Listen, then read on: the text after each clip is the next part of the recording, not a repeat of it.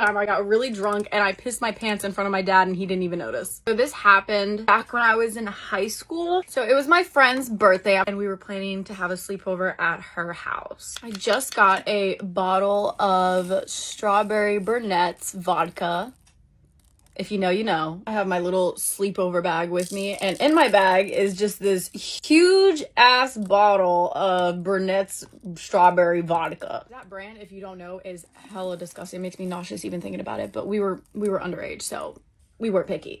we took anything we could get. The plan for the night was for us to take 17 shots each because she was turning 17. Other than the fact of us being stupid, we were also delusional. We're not really spacing out time period in between when we take shots because our goal is 17. Okay, we had a goal in mind and we were gonna meet it. There is no going back at this point. We're giggling, we're having the time of our life. In our heads, she was literally having the best 17th birthday of her life, okay? We were making memories.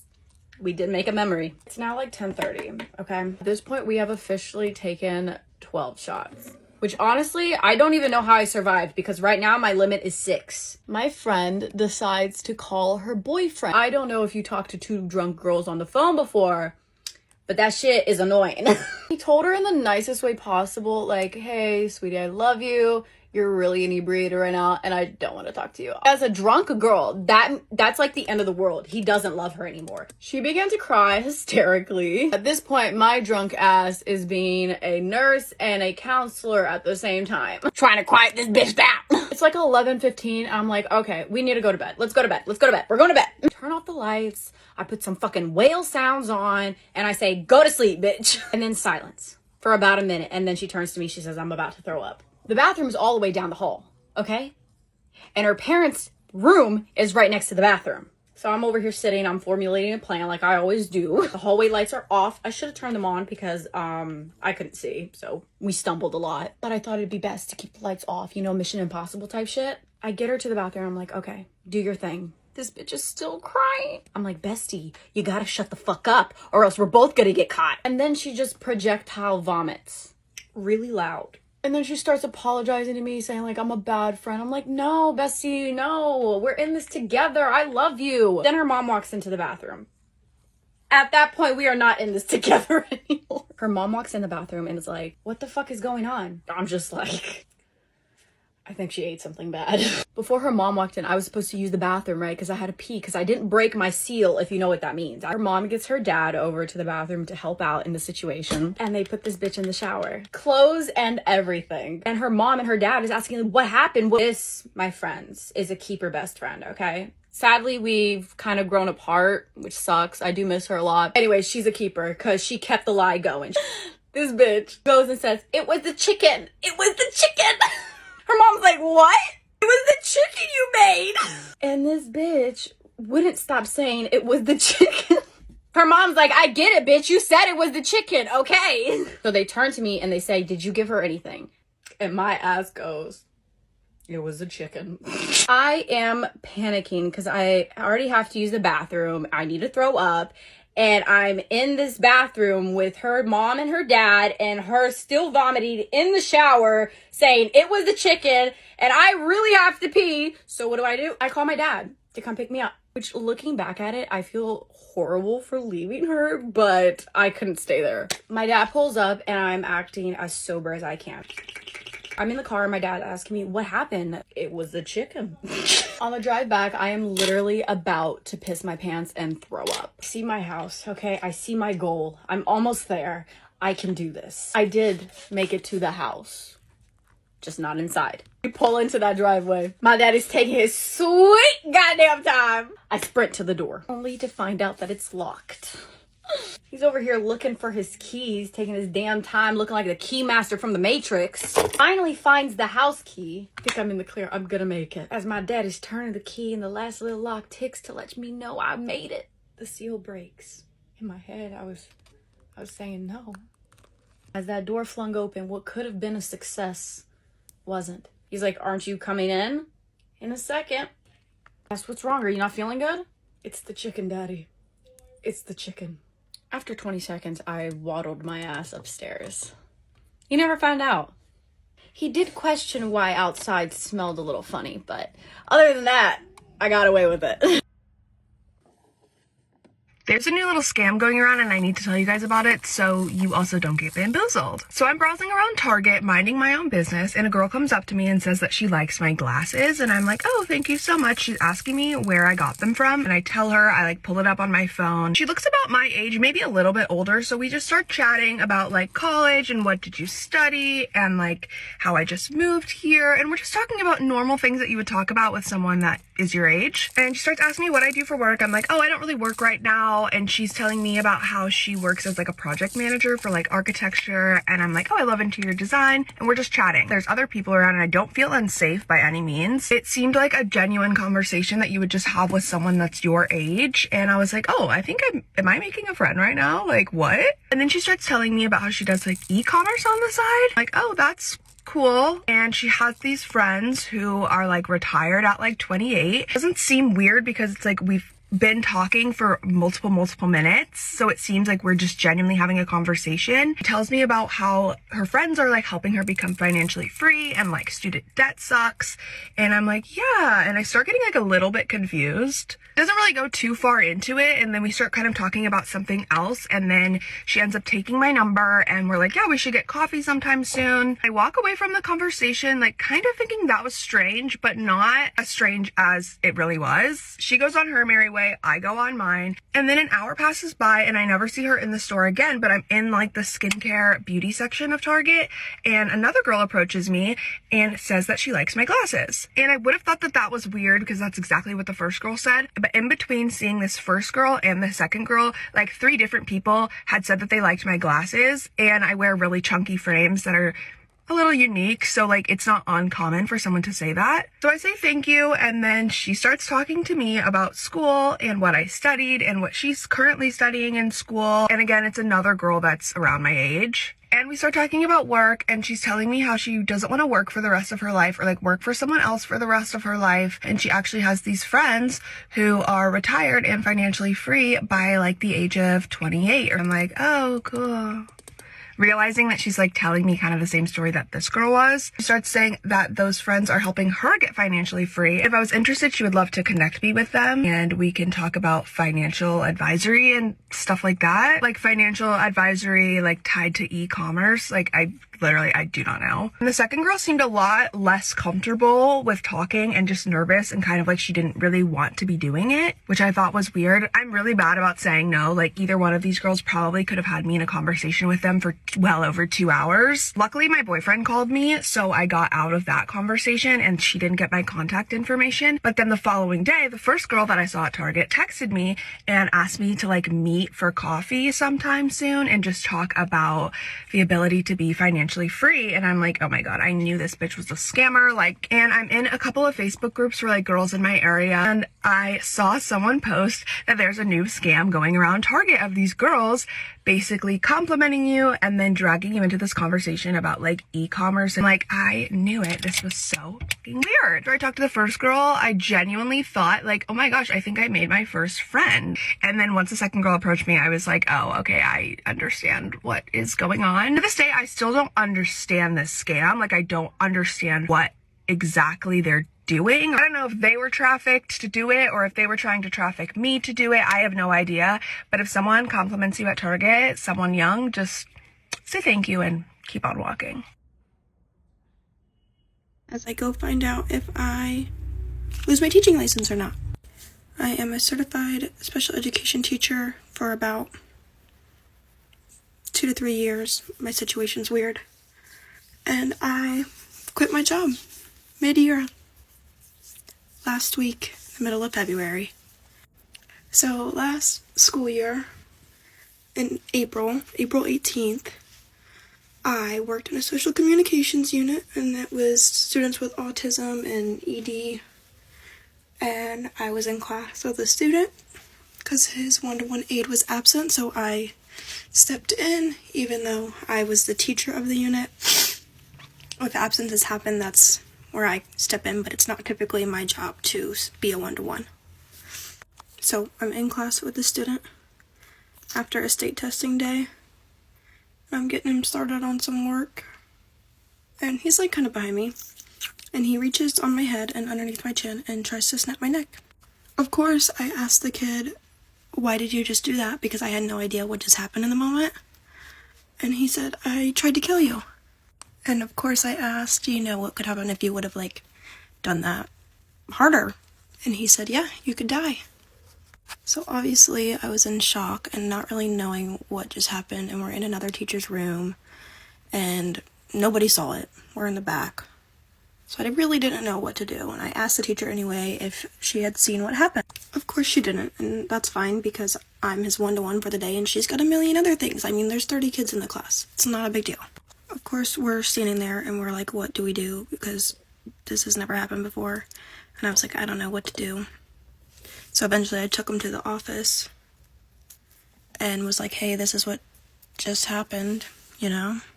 Oh, and I'm in tears and immense amount of pain at this time. I can't turn my neck. Like, I have to like turn my whole body to be able to look around or speak to anybody. So the one in charge of behaviors asked this student, what did you do? He says, I tried to snap her neck. He was like, why did you do that? And the kid responded, I tried to kill her. Again, this is mid-April. That was essentially the last day that I worked last school year. So that was the rest of April and all until the end of May that I wasn't allowed to work nor able to work due to the injuries from this.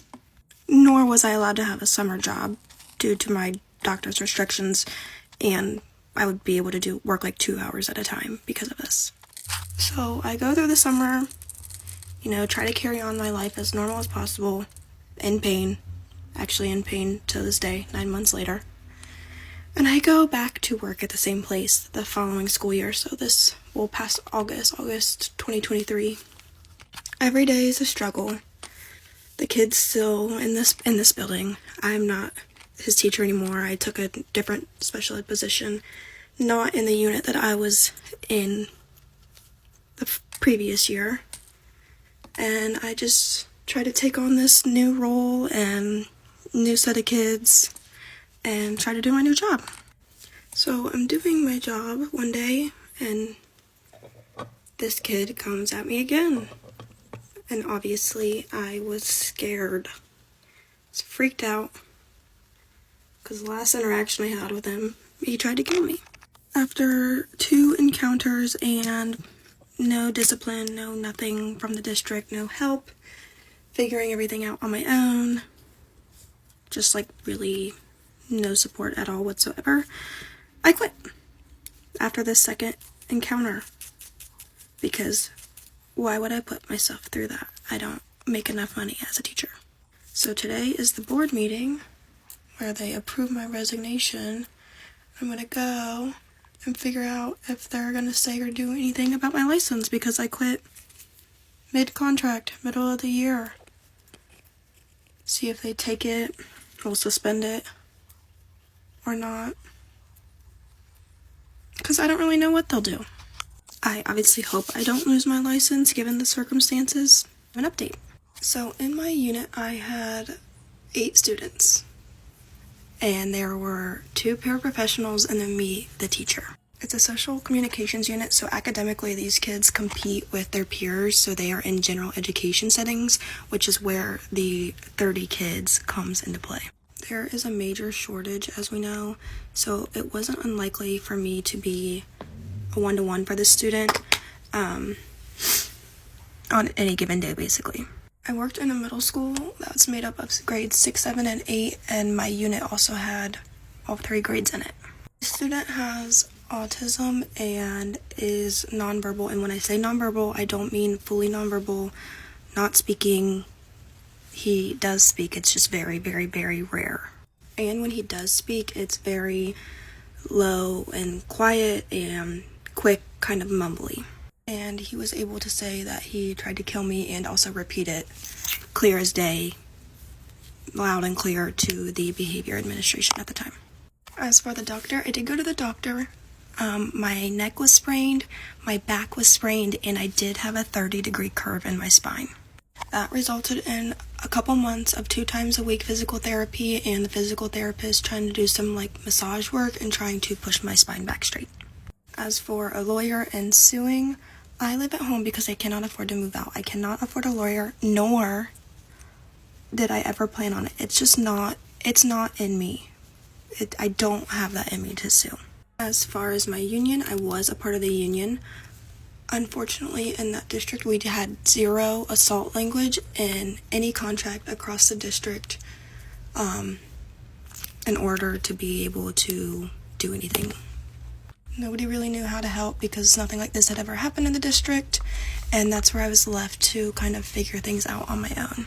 Due to there being no assault language, I did have to use all of my sick days that I had accumulated over my first year and up until last April, since I wasn't able to work. For a behavior plan, the student did not have one, as there was no issues like this beforehand. As for my license, it was to my knowledge and my union's knowledge that in Ohio, if you break a contract, they can suspend your license up to 2 years, so that was the main concern. I attended the board meeting last night, waited for my part. It got voted on, there was no discussion, so therefore my license will stay.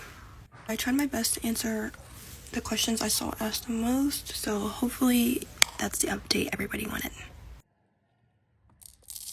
I literally just hopped out of a moving car because I was on the date from hell. Okay, like when I tell you I didn't even wait for this man to pull over, he was over an hour late for our date. Over an hour late to our date. I should have known then to just cancel the shit because you're not respecting my time. However, I overlooked it because I'm like, oh my God, I've known this person since high school, you know, and he's communicating with me, letting me know like, hey, I'm going to be, you know, this amount of minutes late. Like, you know, he's calling me, texting me, letting me know what's up because there's traffic. You know, we live here in LA. Shit happens. He's coming off work, whatever. So I was cool with it. I was like, all right, cool. You're being communicative. Like, I'll still continue the date. He comes to pick me up over an hour late.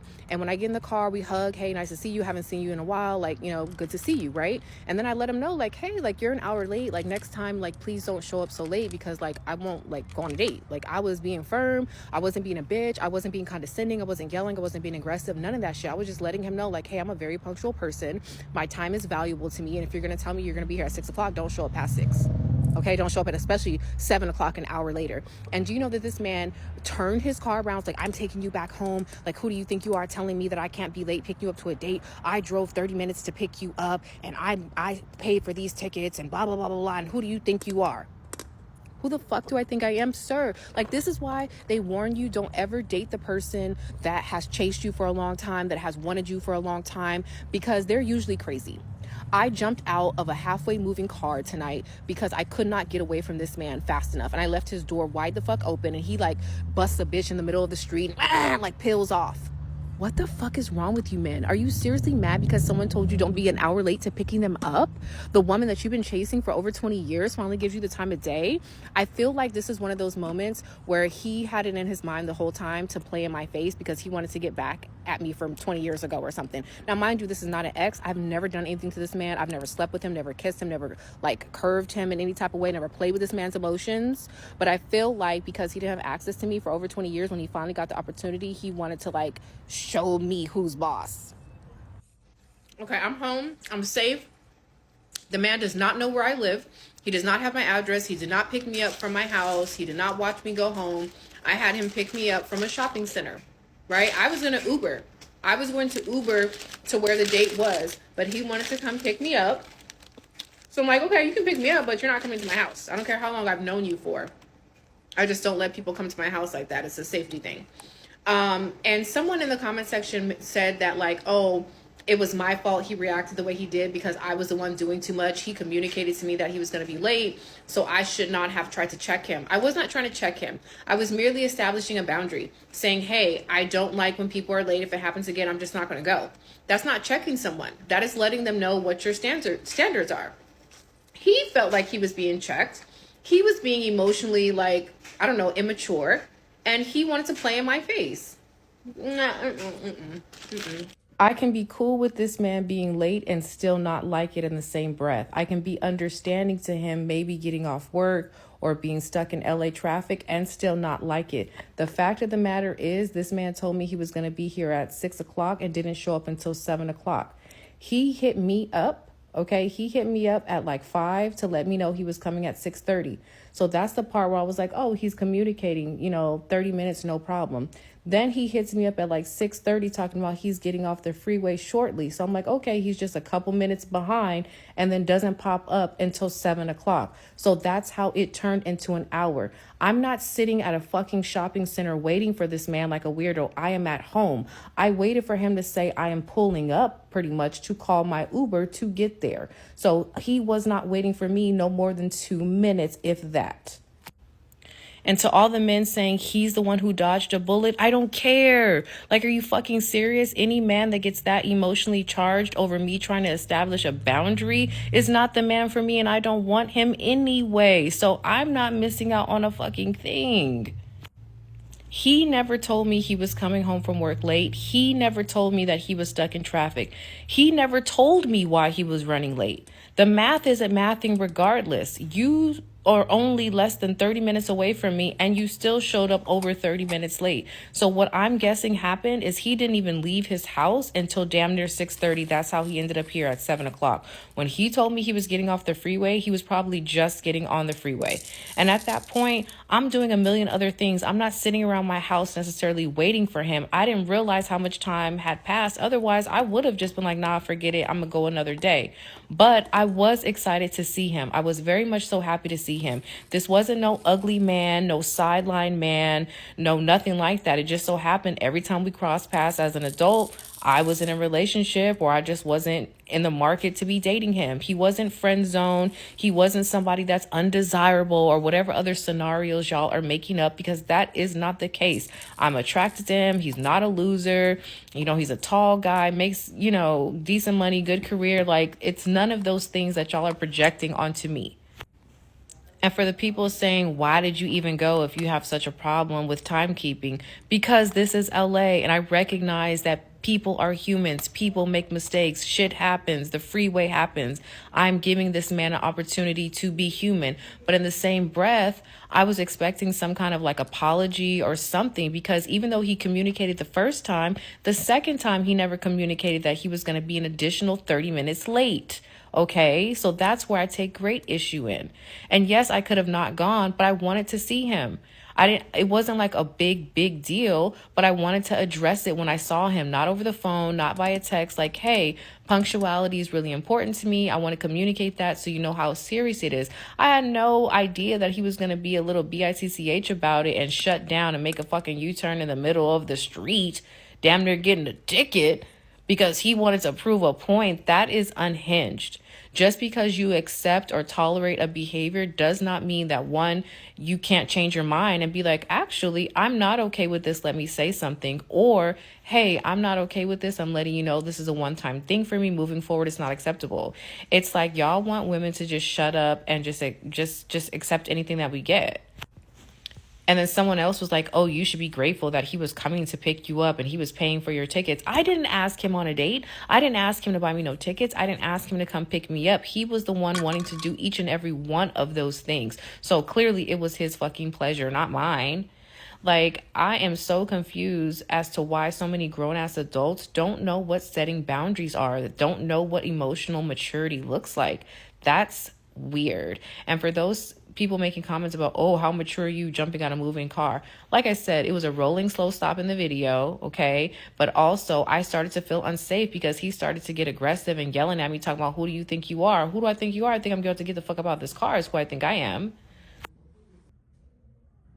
Why the astronaut for embarrassing my fiance by saying that just because we're getting married does not entitle him to my inheritance. Though, if you have read this post before, don't worry. I posted it in AITA and it was removed. I'm reposting it here. Well, my first time reading it. I, 32 female, recently got engaged to my partner, 35 female, just a year ago. As of right now, we have been together 5 years and our wedding is planned for May of 2025. I am just going to get straight into it. Unfortunately, a couple of weeks after our engagement, my Nana passed away. The reason for it I will not disclose.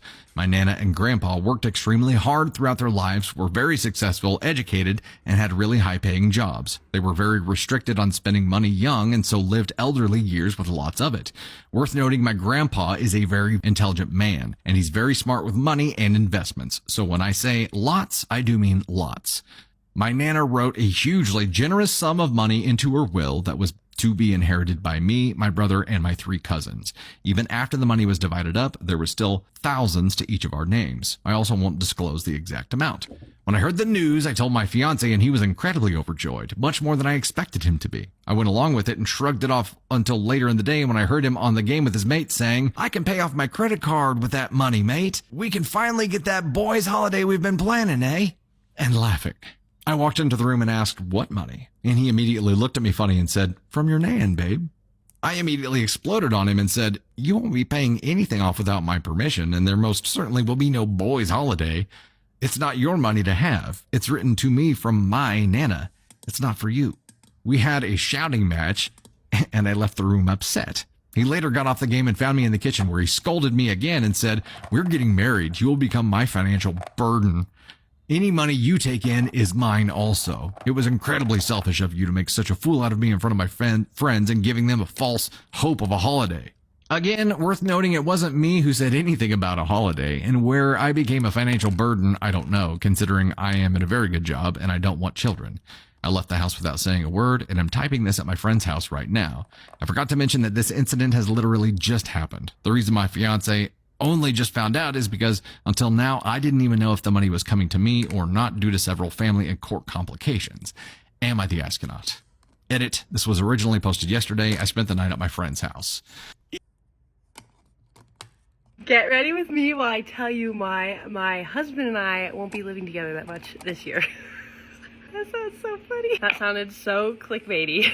But we live in California. My husband, Capron, most of you probably all know, he works in Texas. Capron is a content creator like me. He's been a content creator for about 8 years, I think. He used to be a professional scooter rider, so most of his content creation is around like stunts and doing just crazy things. So it's him and his brother's YouTube channel, and they have a house and land in Texas where they can build and film a bunch of things. They've had it for about a year, but getting it kind of like jump started and just going, and I'm forgetting the words, self-regulated. He has to be there a lot more this year than he was last year. He also does poker content creation, which he does with my cousin, so I love that he's with him. But that's why he's gone at nights sometimes, because that's when it's the best time to film poker. So when you're like, "Where's your husband all the time?" He's usually filming. I'm a very content person, like on my own. I have obviously a big family, so I'm always with my family. So of course I miss him all the time, but I'm very content with, you know, him being away. He has to do what he has to do his job and whatnot. And I am very supportive wifey. I'm like, go work. We will be fine. I have my mom with me as well. Like, I'm literally with my mom every day. So that's how I'm able to have